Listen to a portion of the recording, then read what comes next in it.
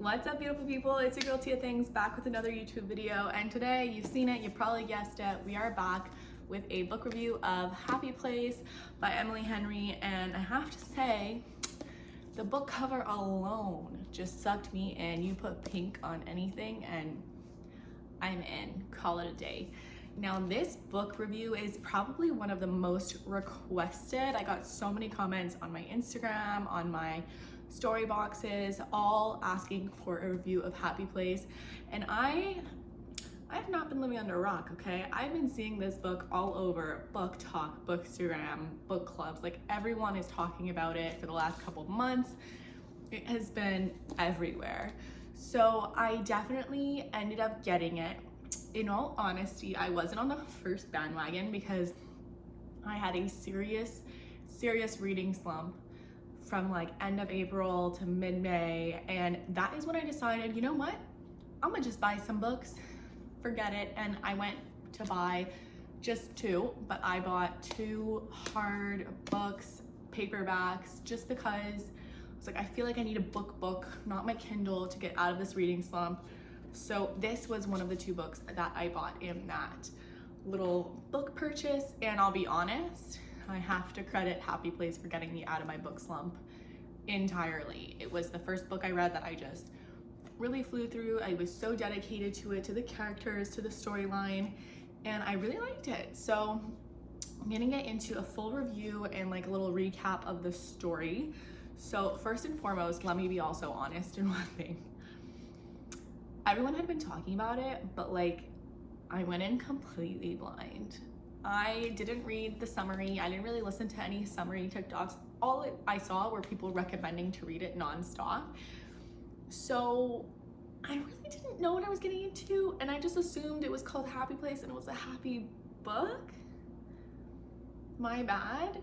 I did have tears with this book, which it's not a sad book, but it has its ups and downs and moments, and I definitely wasn't ready. I thought it was gonna just be like a nice little romance read, which it is, but it definitely takes a little bit of a different twist. So let me just get into the book itself first and foremost. The book follows our two main characters, Harriet and Wynne, and you kind of get backstory and then you get more details as you go. But when the book starts, you're really following Harriet, the main character, or arguably the main character, as she is kind of getting ready to go spend some time at her friend's beach house, coastal house, whatever you want to call it. Generally speaking, you're aware that Harriet and Wynne have broken up now. You're aware that they're not together. You don't know why. She talks like not badly of him, so you don't know why they broke up, but you just know that there was some situation that happened.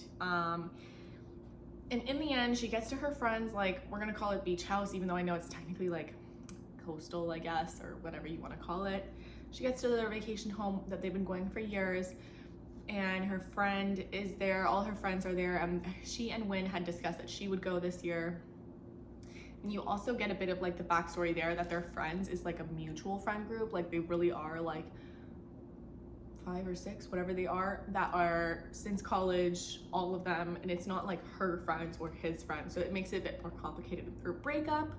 This is where you find out that the friends are not aware of their breakup as well, and surprise, surprise, who is there? Wynne is. So she's shocked because they had agreed that she was gonna go, not him, and he quickly explains that they told him their friends announced their engagement, they're getting married, and so he came, and there was no way to not come and not have them like suspect that they're broken up, because they hadn't told their friends yet. I don't really understand why the big secret, like why they didn't tell their friends prior to this. In my opinion, I think it literally would have avoided the entire story, but maybe that's the whole point.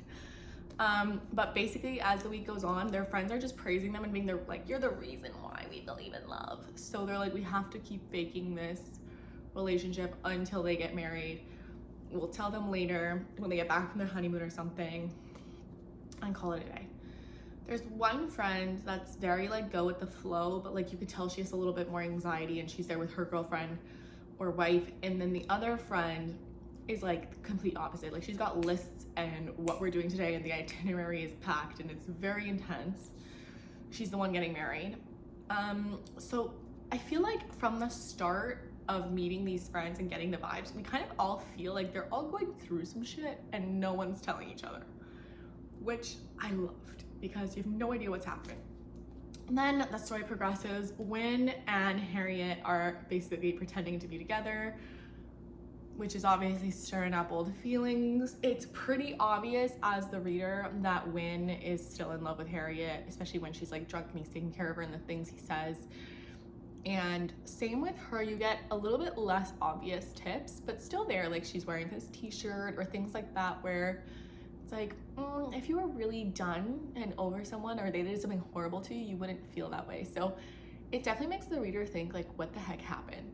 And in the end, I'm gonna fast forward a little bit. There's a lot of ups and downs.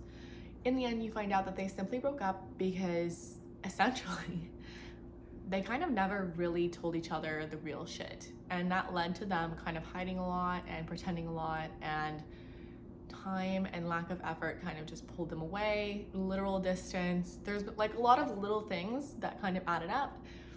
And instead of asking the other, like, what the hell is this? They just kind of always let it go or assumed what it meant, and then that led to like a whole lot of issues. So happy to report that they're happy places each other in the end, and they do get together back at the end.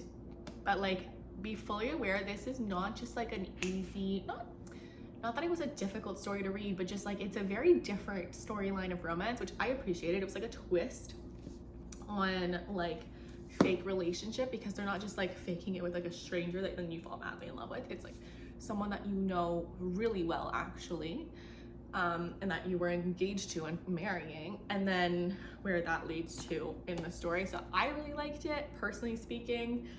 I think that you guys will really like it. If you're looking for a book to get you out of your little rut, definitely recommend, because it worked for me. And I also have to say, Emily Henry for me is like a go-to. If I just need something to just brainlessly read, or to just give me some like butterflies or like a romance, or she just, for me, has always been, recently at least, a really go-to author. So that's why I bought this as soon as I got out of my, or to get me out of my rut, and I really, really, really loved it. So I'm going to put the link to my blog, to my Instagram, to everything else down below. Please comment, subscribe, tell me what book you want me to do next. I'm about to film another one by another one of my favorite authors, but definitely I want to hear what you guys want to see next. So comment below and let me know, and thank you guys so much for watching the video.